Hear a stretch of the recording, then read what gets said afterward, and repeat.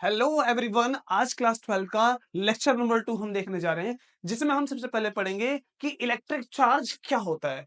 तो बेसिकली इस चीज को समझने के लिए एक छोटा सा एग्जांपल समझिए। देखिए वो क्या, अगर मैं किसी भी एक बॉडी को लूं और अगर मैं उसको ऐसे रब करता हूं, रब करने से इसमें एक ताकत आ जाती है और इस ताकत की वजह से ये किसी भी दूसरे पार्टिकल को बिना टच किए दूर से ही खींच सकता है। यहां पर दूर से ही ये खींच सकता है, राइट। अब जब तक ये पार्टिकल रब नहीं था, यानी कि हमने रब नहीं किया, तो इसके पास ताकत नहीं थी कि ये दूर से किसी को खींचे। लेकिन जैसे ही हमने इसको रब किया, इसमें ताकत आ गई कि दूर से ही किसी को खींच सकता है। अब जानने वाली बात यह है कि इसमें रब करने के बाद वो ताकत कहां से आई। बेसिकली अगर हमें साइंस का गला दबाना हो तो ये कह सकते हैं साफ साफ कि जरूर किसी देवी या देवता ने कुछ किया तो इसके अंदर ऐसा हो गया। लेकिन हमें साइंस को समझना है तो हमें यह जानना पड़ेगा कि इसके अंदर वो क्या था जो रब करने के बाद बाहर निकल गया, राइट। फिर से हम इसको क्या करेंगे, वही काम करेंगे जो आपके पेरेंट्स आपके साथ करते हैं जब कोई सीक्रेट निकलवाना होता है। अगर आपने कुछ गड़बड़ की है तो मम्मी जैसे झाड़ू उठाती है ना और आपको तोड़ना स्टार्ट करती है, सेम हम भी इस ऑब्जेक्ट को तोड़ना स्टार्ट करेंगे और तोड़ते तोड़ते तोड़ते तोड़ते एक छोटी यूनिट पे पहुंचेंगे जिसको हमने क्या कहते हैं, एटम। तो एटम पर पहुंचने के बाद हमने ये ऑब्जर्व किया कि एटम भी कोई चार्ज ऐसा नहीं रखता है, इसके पास ऐसी कोई ताकत नहीं है कि किसी को दूर से खींच सके। तो एटम को भी तोड़ा। फिर एटम के अंदर मिलते हैं दो पार्टिकल, एक नेगेटिव और एक पॉजिटिव। अब ये नेगेटिव पॉजिटिव क्यों, इसको हम डिस्कस करेंगे बड़े आराम से। यानी कि एटम के अंदर कुछ ऐसे पार्टिकल्स थे जिनके पास ताकत थी कि वो दूर से किसी को खींच सके, और हमने उसको क्या नाम दिया कि उन पार्टिकल के पास चार्ज था, वो चार्ज थे। जैसे जब हमारे मोबाइल फोन चार्ज होते हैं तो हम उसको यूज करते हैं, उसके पास ताकत होती है। वैसे ही एक पार्टिकल चार्ज था और चार्ज होने की वजह से वो किसी को दूर से खींच सकता है। ओके, फिर से इलेक्ट्रिक चार्ज क्या होता है, it is a characteristic of a particle. Particle की कैरेक्टरिस्टिक क्यों, सेम उसी तरह से जैसे अगर बचपन में आपने डोरेमोन देखा होगा तो डोरेमोन में एक कैरेक्टर था जियान। अब जियान जब गुस्सा होता है तो वो एक रेड कलर का बन जाता है, राइट ना। तो वो उसका कैरेक्टर है, वो ये दिखाता है कि अगर वो रेड कलर का है तो वो गुस्से में। सिमिलरली अब यहां पर इलेक्ट्रिक चार्ज किसका कैरेक्टर है, एक पार्टिकल का। और क्या दिखाता है ये, पार्टिकल का एक ऐसा बिहेवियर दिखाता है कि अगर वो पार्टिकल चार्ज है तो वो दूर से ही खींचकर फोर्स लगा सकता है, जिसको हम कहते हैं electrical force. Anyway, it is a characteristic of a particle due to which a particle can apply force on another particle या अनदर बॉडी। ठीक है, फोर्स लगा सकता है, लेकिन एक सवाल, क्या वो पार्टिकल किसी दूसरे वाले चार्ज पार्टिकल को ही फोर्स लगाएगा या किसी बॉडी को लगाएगा जिसमें कोई चार्ज नहीं है।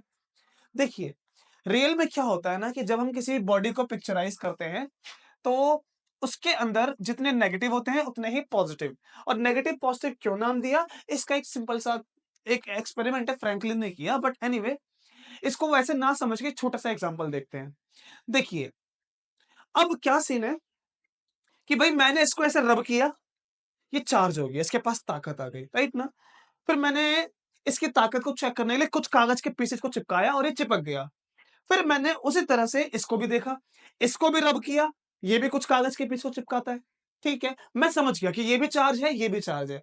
अब दो चार्ज को मिलाएंगे तो इनकी ताकत डबल हो जाएगी। अब ताकत डबल हो जाएगी तो मैंने उस कागज के पीस को दोबारा चिपकाया, लेकिन अब कागज के पीस नहीं चिपकते हैं। तो अब समझिए हमारी स्टडी की वो कौन सी ब्रांच है जहां पर दो चीज मिलकर जीरो होती है। तो आंसर है मैथमेटिक्स। जहां पर एक बॉडी के पास जितने नेगेटिव होते हैं उतने ही प्लस हो तो वो बॉडी में चार्ज जीरो हो जाता है, ऐसा कुछ। इसीलिए एक बॉडी के अंदर जितने नेगेटिव हैं उतने ही पॉजिटिव भी होते हैं, इसलिए उस बॉडी का टोटल चार्ज जीरो। समझने के लिए ये देखिए, नेगेटिव वाला कुछ ऐसे फील्ड लाइंस फेंकता है। फील्ड लाइंस क्या होती है, वी विल सी। तो कुछ ऐसे फील्ड लाइंस निकलती है नेगेटिव की, पॉजिटिव की कुछ इस तरह से निकलती है, इसके ऑपोजिट। तो जब दोनों इक्वल एंड ऑपोजिट है तो यहां पर कोई भी फील्ड फ्री नहीं है कि फोर्स लगाए। फील्ड कैसे, इसको देख सकते हैं अभी ब्लैक कलर की लाइन इस तरह से, राइट, ये ब्लैक कलर की लाइन, ये फील्ड कुछ इस तरह से। फिर से नेगेटिव इस तरह से, पॉजिटिव इस तरह से, कोई फील्ड फ्री नहीं है, फोर्स नहीं लगेगी। रब करने पर एक इलेक्ट्रॉन या तो फालतू आ जाएगा या एक इलेक्ट्रॉन बाहर निकल जाएगा। फिर से जब कोई बॉडी चार्ज होती है तो उसमें हम कहते हैं इसके पास एक्सेस इलेक्ट्रॉन है या इलेक्ट्रॉन की कमी है। ऐसा होने से एक फील्ड फ्री हो जाती है ये, और फिर ये फोर्स लगा सकती है, राइट? अच्छा, तो यानी कि जब हम किसी बॉडी को देखते हैं तो अगर हम ये कहें कि वो चार्ज नहीं है तो इसका ये मतलब है कि उसका नेट चार्ज जीरो है, उसका नेट चार्ज जीरो है। ठीक, अगर कोई बॉडी चार्ज है, जैसे एक एग्जांपल के तौर पे ये -3 है और ये +2 है, तो यहां पर एक माइनस का फालतू है, यानी एक नेगेटिव फालतू है, तो ये बॉडी माइनस की 1 चार्ज है, तो ये इसका नेट चार्ज है, राइट ना? ये इसका नेट चार्ज। एनीवेज, तो अगर हमने एक रॉड समझी, ठीक है, एक रॉड को बनाते हैं,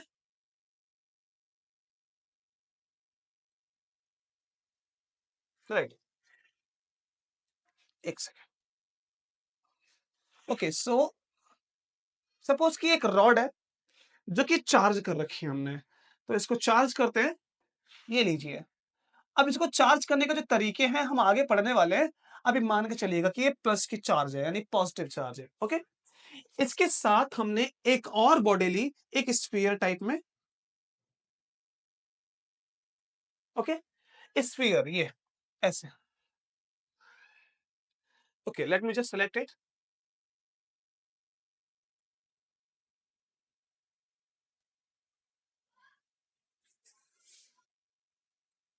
राइट? ये, अब ये स्फीयर में क्या सीन है कि यहां पर जितने प्लस हैं उतने ही माइनस हैं, तो माइनस का 5 है, यानी कि हम चार्ज को ऐसे बना लेते हैं, जितने माइनस उतने प्लस, फिर अगेन माइनस प्लस माइनस और उतने ही प्लस, यानी 3 माइनस के हैं 3 प्लस के हैं, तो ये बॉडी चार्ज नहीं है। लेकिन जैसे ही हम इस चार्ज रॉड को इसके पास लेकर आएंगे तो क्या होगा, लेट्स वी सी क्या होता है। ओके, इसको इसके जैसे ही पास लेकर आएंगे हम क्लोज करके, तो इसके साथ क्या होगा, लेट्स वी सी। हाँ, तो इसके पास लाते ही जो ये स्फीयर है इसमें चार्ज का रीडिस्ट्रीब्यूशन स्टार्ट हो जाएगा। रीडिस्ट्रीब्यूशन का मतलब क्या है बताता हूं मैं, और ये क्यों होता है ये भी बताता हूं मैं। ओके, सी व्हाट हैपेंस कि जो ये प्लस है इसके प्लस को दूर धकेल देगा और माइनस को पास खींच लेगा। कुछ ऐसा सिनेरियो हमें देखने को मिलेगा। ऐसा क्यों होगा? क्योंकि यहां पर एक बहुत अच्छी सी प्रिंसिपल है कि जब हम लाइक चार्जेस को देखते हैं, लाइक मतलब एक जैसे चार्ज वाले, माइनस माइनस या प्लस प्लस, तो वो एक दूसरे को रिपेल करते हैं, एक दूसरे को रिपेल करते हैं, राइट? ओके, और जब हम अनलाइक चार्ज देखते हैं, अनलाइक यानी कि अपोजिट चार्ज, प्लस माइनस या माइनस प्लस, तो वो एक दूसरे को अट्रैक्ट करते हैं बिना टच किए, दूर से ही। दूर से कैसे करते हैं इस बात को भी आगे समझेंगे। तो यहां पर इस प्लस ने इस प्लस को दूर धकेल दिया और इस प्लस ने इस माइनस को अपनी तरफ खींच लिया। जब इसको खींचा तो ये चार्ज सेपरेट हो गए। चार्ज का सेपरेशन, इसको हम कहते हैं पोलराइजेशन। तो पोलराइजेशन का मतलब होता है किसी भी चीज का सेपरेट होना, अलग हो जाना। ठीक, अच्छा, फिर से अब यहां पर ये प्लस से ये प्लस बहुत दूर है और इस प्लस से ये माइनस पास में है, जिसकी वजह से इस पर जो फोर्स है वो कम लगेगी। फोर्स कैसी है? कम। मान लीजिए कि वो 3 की फोर्स है और जो माइनस पे फोर्स लग रही है वो 8 की फोर्स है, क्योंकि वो पास में है। तो इस वजह से जो पास वाली फोर्स यानी अट्रैक्टिव फोर्स वो बढ़ जाएगी और इसके बढ़ने से ये स्फीयर इसके पास खींचा चला आएगा और फाइनली चिपक जाएगा। तो ये चार्ज का, अगर कोई बॉडी चार्ज है तो एक ऐसा कैरेक्टर देखने को मिलता है। लेकिन बात जरूरी क्या है वो आगे देखिए। बात जरूरी ये है कि अगर कोई बॉडी चार्ज है तो चार्ज ज्यादा है या कम, इसको हम नाप सकते हैं, राइट ना? अगर हम नाप सकते हैं तो यानी कि चार्ज एक फिजिकल क्वांटिटी है। नाप कैसे सकते हैं? अगर कोई चार्ज है पार्टिकल और पार्टिकल जब चार्ज है तो उसने किसी दूसरे को 5 की फोर्स लगाई, किसी दूसरे को 2 की फोर्स लगाई, तो फोर्स ज्यादा या कम, इस वजह से हम पता लगा लेते हैं कि कोई पार्टिकल चार्ज है कि नहीं है, या फिर कितना चार्ज है, राइट? तो चार्ज एक फिजिकल क्वांटिटी है, therefore we can measure it कि चार्ज किसी बॉडी पे कितना होता है। इसीलिए पहले सिंबल ऑफ चार्ज देखते हैं। ओके, सो सिंबल हम डिनोट करते हैं कैपिटल क्यू से या स्मॉल क्यू से, ये चार्ज का सिंबल। अगर इसको हम नाप सकते हैं तो एक चीज ध्यान दीजिए, अगर इसको हम मेजर कर सकते हैं तो इसकी यूनिट भी होती है एक। तो इसकी ऐसा यूनिट क्या है?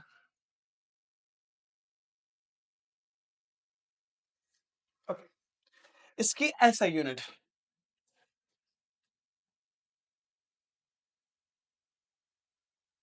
हाँ, तो ऐसा यूनिट है इसके कुलम, राइट? और ये ऐसा यूनिट साइंटिस्ट के नाम पर है, इसलिए इसको कैपिटल से डिनोट करेंगे। अच्छा, अब इन सब बातों के बाद एक कैरेक्टर और, वो क्या? तो आंसर है charge particle is a scalar quantity. It is a scalar quantity. Scalar quantity कैसे है? इसको वैसे तो 11th क्लास में इसका एक वेक्टर एडिशन है, लेकिन आपको मैं एक छोटे तरीके से बता देता हूं मैं। देखिए कैसे। ओके, सपोज करिए कि जो बॉक्स मेरे हाथ में आपको दिख रहा है, इस पर मैं एक फोर्स लगाता हूं, राइट? सी हाउ, मैंने कुछ फोर्स यहां लगाई इस तरफ, इसको मैं ऐसे खींचूंगा, राइट? और इस हाथ से मैं उसको इधर खींचूंगा ऐसे। अब अगर मैं इस पर फोर्स लगा रहा हूं तो बताइए, किसी रुके ही बॉडी पर, फिर से किसी रेस्ट बॉडी पर फोर्स लगाने पर क्या इंपैक्ट होता है? बॉडी चल पड़ती है। तो मैंने फोर्स लगाई, क्या ये चली? नहीं चली। क्यों? क्योंकि यहां पर एक बॉडी पर फोर्स कैसी लग रही है, एक इधर और एक इधर। ये फोर्स कैसी है? Equal and opposite, equal and opposite. इसीलिए इसका नेट असर जीरो है। फोर्स का नेट असर जो है, नेट नेट फोर्स, वो जीरो है। तो ये वेक्टर है। अगर किसी पे इक्वल और ऑपोजिट का रूल लगे तो वो जीरो है। फिर से एक बार फिर से देखिए। ओके, एक छोटा सा एग्जांपल के तौर पे देखेंगे इसको, रियल नहीं लेंगे, ठीक है ना? ये एक बोतल, अगर मैं इसको यहां से प्रेस करता हूं और यहां से प्रेस करता हूं, तो प्रेशर करने से क्या होता है कि प्रेशर यहां से 5 का, इधर से भी 5 का, तो जीरो हो जाना चाहिए ना। तो मैंने इस बोतल को प्रेस किया, प्रेस हुई ना? क्या इस पर इक्वल और ऑपोजिट का कॉन्सेप्ट लगा? नहीं लगा। इक्वल और ऑपोजिट था, लेकिन क्या ये जीरो हुआ? नहीं हुआ। क्या असर था इसका? वो प्रेशर हो गया, वो प्रेशर दिखा। इसलिए प्रेशर एक स्केलर क्वांटिटी है, वही चार्ज में होता है। तो चार्ज भी एक स्केलर क्वांटिटी है, इसको ऐसे समझ सकते हैं। ओके, चलिए। अच्छा, अब इसके बाद देखिए कि अगर कोई बॉडी चार्ज है तो उसके और क्या कैरेक्टर होते हैं। अब इस चीज को देखेंगे हम, ऐसा क्यों? तो आंसर है कि चार्ज को पढ़ने के बाद अगर हम समझ गए कि चार्ज ऐसा होता है वैसा होता है, तो चार्ज के कुछ बिहेवियर, यानी कि जब हम हायर स्टडी करेंगे चार्ज को समझते हुए, तो चार्ज बेसिकली कैसे बिहेव करता है ये भी थोड़ा देख लेते हैं। तो उस टॉपिक का नाम है characteristic of charge particle, right? Characteristic of charged particle. एक बात ध्यान दीजिएगा कि चार्ज सिंबल कोई ऐसा नहीं कि कोई अजीब से कोई जादू सी चीज है, नहीं। एक पार्टिकल का कैरेक्टर है ये। अब वो पार्टिकल जो चार्ज है वो फोर्स कैसे लगाता है, ये बात की बात है, वो देखेंगे आगे, लेकिन पार्टिकल के पास ताकत है। अच्छा, उससे पहले एक और चीज देखिए, चार्ज टू टाइप्स के होते हैं। टू टाइप्स कौन कौन से? एक नेगेटिव, जिसको हमने जनरली इलेक्ट्रॉन के नाम से कहते हैं, और एक पॉजिटिव, उसको हम प्रोटॉन के नाम से अभी एटम के अंदर समझते हैं, लेकिन और भी होते हैं इनके कैरेक्टर। इलेक्ट्रॉन के जो चार्ज होता है वो बेसिकली नेगेटिव होता है, तो उसकी स्ट्रेंथ कितनी होती है? 1.6 10 to the power minus 19 coulomb. इस नंबर में जरूरी क्या है? ये वाला number, 10 to the power minus 19।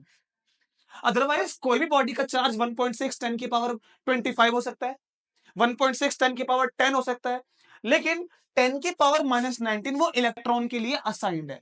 वही चार्ज प्रोटॉन का भी होता है, उसको ई प्लस लिखो, या ई प्लस तो हम दूसरा पढ़ेंगे, इसको पी लिखते हैं। सो जो अगर पी प्लस लिखेंगे तो वो प्रोटॉन का चार्ज है 1.6 टाइम्स 10⁻⁻19 कूलम, ऐसा। अच्छा, फिर से कैरेक्टरिस्टिक ऑफ चार्ज पार्टिकल में नंबर वन हम पढ़ेंगे इसमें क्वांटाइजेशन ऑफ चार्ज। ठीक है, कोई से भी पहले पढ़ सकते हो, ऐसा जरूरी नहीं है साइन। क्वांटाइजेशन ऑफ चार्ज क्या होता है ये? देखिए, क्वांटाइजेशन का मतलब है काउंट करना। किसी बॉडी पे कितना चार्ज रब करने के बाद या किसी मेथड से ट्रांसफर हो रहा है, तो किसी बॉडी पे कितना चार्ज आ रहा है। चलिए एक बार देखिए, मानिए कि मैंने एक बॉडी को दूसरी बॉडी से रब किया और उस पर एक इलेक्ट्रॉन ट्रांसफर हो गया। ठीक, तो अगर किसी बॉडी पे इलेक्ट्रॉन जाएगा तो वो नेगेटिव चार्ज रहेगी, और जिस बॉडी से गया उसमें एक इलेक्ट्रॉन कम पड़ गया ना, अगर कम पड़ गया तो वो प्लस चार्ज हो जाएगी। अगर एक इलेक्ट्रॉन जाएगा फालतू तो उस पर नेट चार्ज कितना बनेगा? 1, और इलेक्ट्रॉन का चार्ज, राइट। नेक्स्ट, अगर 2 इलेक्ट्रॉन जाएंगे तो 2 इंटू इलेक्ट्रॉन का चार्ज, और अगर 3 इलेक्ट्रॉन जाएंगे तो 3 इंटू इलेक्ट्रॉन का चार्ज। इस तरह से हो सकता है, राइट ना। अच्छा, अगर n इलेक्ट्रॉन जाएंगे तो जिस बॉडी पे चार्ज गए उस पर टोटल चार्ज कितना हो जाएगा?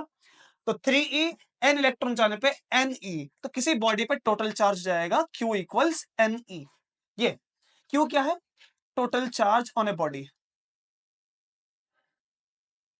Total charge. n क्या है? इंटीजर।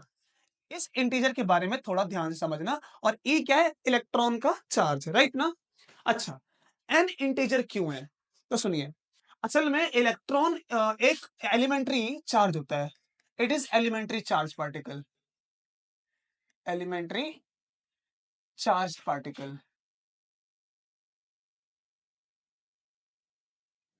अच्छा, इलेक्ट्रॉन के एलिमेंट्री चार्ज पार्टिकल होने का मतलब है कि इलेक्ट्रॉन को हम ब्रेक आगे नहीं कर सकते, ये सबसे छोटा चार्ज माना जाता है, ऐसा कुछ अभी तक साइंस की दुनिया में जो हम 12th में पढ़ रहे हैं। एनीवेज, अगर इसको तोड़ नहीं सकते हैं तो ये बताइए, क्या किसी बॉडी पे हम 1.5 इलेक्ट्रॉन का चार्ज कर सकते हैं? नहीं। 1.5 इलेक्ट्रॉन का चार्ज करने के लिए इलेक्ट्रॉन को आधा करना पड़ेगा, ठीक है, लेकिन ये पॉसिबल नहीं है। इसलिए 1 के बाद 1 पॉइंट नहीं हो सकता, ये हमें ध्यान देना है। ओके, 1 पॉइंट नहीं हो सकता, टेक केयर। इसीलिए it is not possible, it is not possible. 1 के बाद क्या आएगा? 2, 2 के बाद क्या आएगा? 3, राइट ना। तो ये इंटीजर है, डेसिमल में नहीं है, रैशनल नहीं है, that's why n is integer. Okay, अब एक चीज फिर से, जब हम क्वांटाइजेशन ऑफ चार्ज पढ़ते हैं, ये इसको एक छोटा सा बॉक्स में करते हैं, राइट। क्वांटाइजेशन ऑफ चार्ज जब हम पढ़ते हैं तो यहां पर एक चीज सुनिएगा, अगर किसी बॉडी पे इलेक्ट्रॉन ट्रांसफर होता है, सपोज ये 1 electron, 2 electron, 3 electron, 4 electron, 5 electron, 6 electron और ये 7, तो किसी बॉडी पर हमने 7 इलेक्ट्रॉन ट्रांसफर किए। इलेक्ट्रॉन कितना बड़ा होता है? एक पॉइंट चार्ज है जितना, इतना छोटा कि हम देख भी नहीं सकते, बहुत छोटा होता है, राइट ना।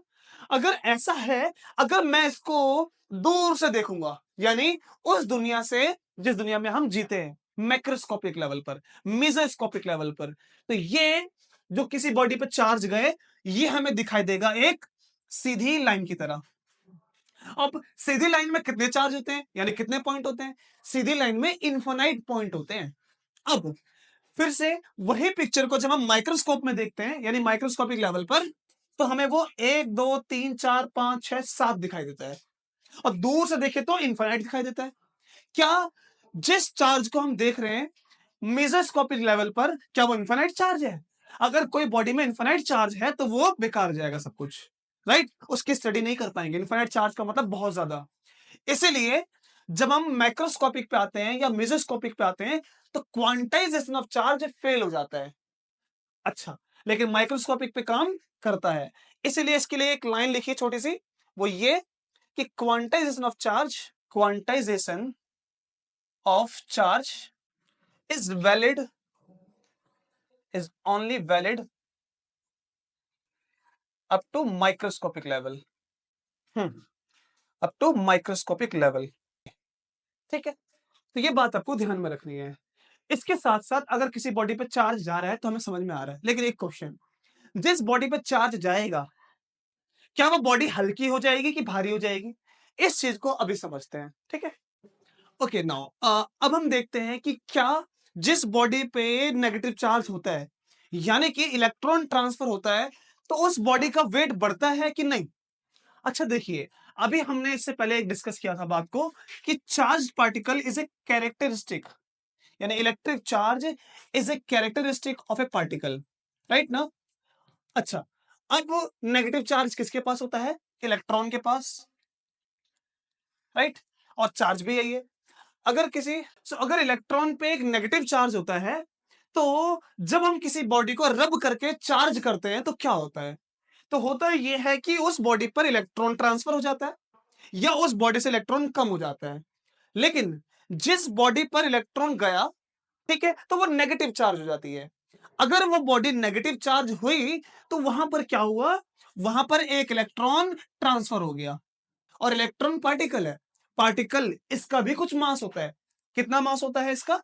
तो इलेक्ट्रॉन का मास भले ही बहुत थोड़ा सा होता है लेकिन वो लगभग इतना होता है, राइट, इतना। तो यानी कि अगर किसी बॉडी पे इलेक्ट्रॉन जाएगा तो इतना मास लेकर जाएगा। अगर ऐसा है तो उस बॉडी का मास भी बढ़ जाएगा। ठीक, तो यस, यहां पर क्वेश्चन क्या है कि does negatively charged body way more than before? तो आंसर इज यस, कि नेगेटिव जो बॉडी चार्ज हो जाती है उसका वेट थोड़ा सा बढ़ जाता है, वो थोड़ी सी ज्यादा वे करती है मुकाबले जैसे वो पहले थी। लेकिन अगर कोई बॉडी पॉजिटिव चार्ज है उसका क्या मतलब है? उसका मतलब उसमें इलेक्ट्रॉन कम हुए हैं। अगर इलेक्ट्रॉन कम हुए हैं तो उसका वेट कम हो जाएगा। चलिए, ये तो हो गई एक छोटी सी बात जो हमने अभी डिस्कस कर ली। ठीक, तो यस, नेगेटिवली चार्ज बॉडी वे मोर, लेकिन कितना वजन होता है उसका, कितना वे करती है? देखिए फिर से, अगर किसी बॉडी पे एक इलेक्ट्रॉन जाएगा तो उस पर कितना मास लेके जाएगा? 1 me, यानी कि 1 टाइम्स 9.1 10⁻⁻31 kg, इतना, है ना। me का मतलब इलेक्ट्रॉन का मास। फिर से अगर 2 इलेक्ट्रॉन जाएंगे तो कितना मास हो जाएगा? 2 me। 3 जाएगा तो 3 me, और अगर n पार्टिकल जाएंगे तो nme। तो किसी बॉडी पर टोटल मास इतना हो जाएगा उसका। ठीक, वैसे ही फॉर्मूला है क्वांटाइजेशन जैसा। तो ये उस बॉडी का मास हो जाएगा, उस बॉडी का वेट हो जाएगा, जितना भी वो चार्ज होने या चार्ज चार्ज होने के बाद वो वे करेगी, चाहे वो नेगेटिव हो चाहे वो पॉजिटिव हो। लेकिन इलेक्ट्रॉन जाएगा तो उसका वजन ज्यादा हो जाएगा। ठीक है, अच्छा आगे बढ़ते हैं अब नेक्स्ट प्रॉपर्टी पर। अब हम देखते हैं second characteristic, that is additivity of charge. क्या मतलब है इसका? इसका मतलब है कि अगर किसी बॉडी में जितने भी चार्ज पार्टिकल मौजूद हैं उनका एल्जेब्रिक सम करना है। बहुत सिंपल, अगर ये -3 है, ये +5 है, दोनों का एल्जेब्रिक सम करो, कितना आएगा? प्लस का 2। तो ये इसका नेट चार्ज हो जाएगा। ठीक, लेकिन बॉडी के बाहर कितने चार्ज हैं उससे कोई मतलब नहीं है। यहां पर चाहे -10 हो चाहे -8 हो, बॉडी के अंदर जितने भी चार्ज हैं उनका एल्जेब्रिक सम करना है। Okay, so what is additivity of charge? It is algebraic sum of total charge present in a body. Charge present in a body. So this is additivity of charge. Number 3 is conservation of charge. Conservation of charge. ये क्या मतलब है इसका? देखिए, इसमें एक छोटा सा डायलॉग है, पहले वो लिख लेते हैं तो ज्यादा अच्छा लगेगा। Okay, now that is that isolated charged particle या isolated charge can neither be created and nor be destroyed. अच्छा, ठीक है, इसको समझते हैं। ओके, सो जो स्टेटमेंट लिखी है वो क्या है कि isolated charge can neither be created and nor be destroyed. इसका मतलब समझिए, देखिए एक टाइम था जिस टाइम पर ये देखा गया कि जब एटम बम ब्लास्ट हुआ, राइट, और कहाँ हुआ हम जानते हैं ना, नागासाकी, हिरोशिमा। खैर, तो जब atom bomb first time blast हुआ तो उस टाइम पर स्टडी की गई वो ये कि वहां पर कोई भी मैटर नहीं बचा, सब कुछ रेडिएशन में कन्वर्ट हो गया। तो आइंस्टाइन ने E = mc² के फॉर्मूले के थ्रू ये समझा दिया कि कैसे सारा मैटर एनर्जी में कन्वर्ट हुआ। चल वो बात की बात है, किसने समझाया किसने नहीं, लेकिन यही वो फॉर्मूला है जो समझ में आता है कि मैटर एनर्जी में कन्वर्ट हुआ। लेकिन अब बात ये है कि जब हम चार्ज की बात करते हैं, इलेक्ट्रॉन का चार्ज है नेगेटिव, ठीक, और प्रोटॉन का चार्ज है पॉजिटिव। तो अब हमें समझ में आ रहा है कि इलेक्ट्रॉन प्रोटॉन टकराया और चार्ज खत्म। बट ऐसा नहीं। क्यों? इलेक्ट्रॉन प्रोटॉन से 10,000 टाइम्स हल्का होता है। ये ऐसा है कि जैसे एक ट्रक से साइकिल टकराती है, ठीक। अगर इलेक्ट्रॉन प्रोटॉन से टकराएगा तो इलेक्ट्रॉन पूरा डिस्ट्रॉय हो सकता है, प्रोटॉन थोड़ा बहुत, लेकिन वो चार्ज बच जाएगा। यानी कि जो मैटर से, यानी एटम बम ब्लास्ट हुआ और मैटर एनर्जी में कन्वर्ट हुआ रेडिएशन में, वहां पर इलेक्ट्रॉन प्रोटॉन से टकरा के डिस्ट्रॉय नहीं हो सकता, या तो कहें कि उसका चार्ज खत्म नहीं हो सकता। तो वहां पर एक साइंटिस्ट ने पहले से ही एटम की स्टडी के वक्त एक छोटी सी प्रिडिक्शन बताई थी। वो ये कि उन्होंने एटम को पिक्चराइज किया था किसी टेक्निक से अपने लैब में। तो उन्होंने उस एटम में एक छोटी सी हल्की सी एक लाइन पाई थी, और वो लाइन एक ऐसे पार्टिकल की थी, एक ऐसे पार्टिकल की जो इलेक्ट्रॉन के ऑपोजिट चार्ज वाला और इलेक्ट्रॉन के ऑपोजिट मास वाला था। कैसा? ये। और ये था इलेक्ट्रॉन के जितना चार्ज और इलेक्ट्रॉन के जितना मास वाला ये पार्टिकल, ठीक। तो ये पार्टिकल को उन्होंने वहां पर प्रिडिक्ट किया था, लेकिन उस टाइम बिलीव नहीं किया गया। जब एटम बम ब्लास्ट हुआ, जब प्रॉब्लम आई कि समझाएं कैसे, तो इस पार्टिकल की हेल्प ली गई और इस पार्टिकल को नाम दिया गया पॉजिट्रॉन। पॉजिट्रॉन, ठीक। और ये पार्टिकल जस्ट उसके ऑपोजिट चार्ज और मास वाला था, और इसीलिए इसको हम कहते हैं एंटी मैटर।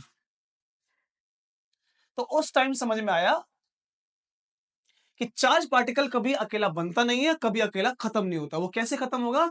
एक मैटर एंटी मैटर से मिलके खत्म होगा। कुछ वीडियोस भी हैं ट्रेंडिंग में जो ये कहती हैं कि एक एंटी मैटर की कीमत बहुत ज्यादा है, और वो है क्योंकि एंटी मैटर को मैटर में रख के हम कभी भी पकड़ नहीं सकते। एक एंटी मैटर मैटर को कंप्लीटली डिस्ट्रॉय कर सकता है। तो एंटी मैटर ये है। और ये भी कहा जाता है कि जब बिग बैंग के थ्रू यूनिवर्स बना था, तो जितना मैटर बना उतना ही एंटी मैटर बना, लेकिन एंटी मैटर पूरी तरह से पाए नहीं गए। क्यों बना एंटी मैटर? क्योंकि चार्ज बनेगा तो पेयर में, खत्म होगा तो पेयर में। इसलिए इस स्टेटमेंट को छोटे से वर्ड में लिख लेते हैं। वो क्या? Charge charge will be created in pair, will be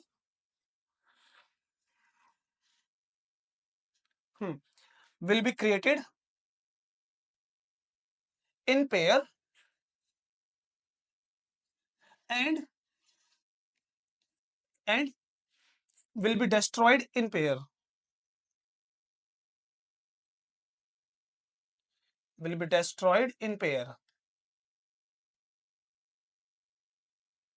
अच्छा, डेस्ट्रॉय वाली बात समझ गए। और डेस्ट्रॉय वाली बात को हम क्या कहते हैं, एक बार उसको देखते हैं।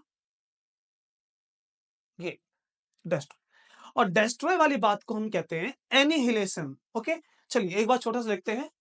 Annihilation of matter. तो मैटर का एनिहिलेट करने का मतलब है एक दूसरे को निगल जाना, एक दूसरे को खत्म कर जाना। इसीलिए ये जो डेस्ट्रॉय इन पेयर है, इस प्रोसेस को कहते हैं annihilation. So what is annihilation? In this process we say that matter annihilates anti matter, यानी खत्म कर देता है।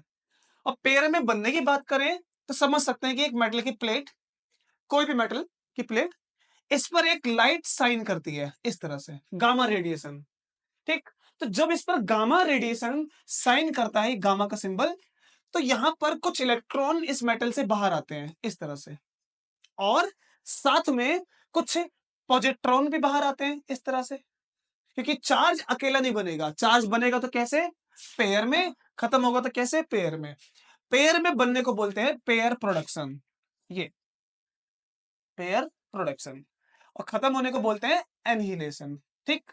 अच्छा, आई थिंक कि आपको नंबर 1 क्या था इससे पहले?